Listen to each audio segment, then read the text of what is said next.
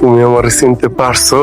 আমি তোমার সেই হতভাগা পিতা যে তোমারে তোমার মার পেটে রাইখা প্রবাসে পাড়ি দিছিলাম।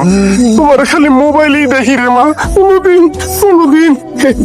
একটু ধরতে পারি নাই সামনে থেকে।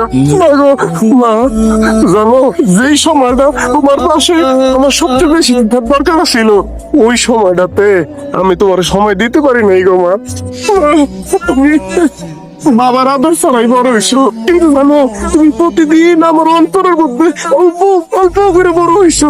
এক একটা ঈদ আসতো, ঈদের দিন নামাজ পড়ে আমি অনেক কান্না করতাম, ভাবতাম আরে আমার বাচ্চাটা ওর জানি কত মন খারাপ, অন্য বাচ্চারা বাপের কান্দে ফিরে ঘুরতেছে আজকে, আমার মায়ের কত মন খারাপ, আমার মার জানি কত কষ্ট হইতেছে।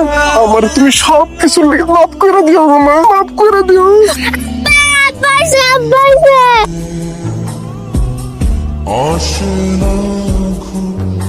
আম্মু দেখো, আব্বা আইছে।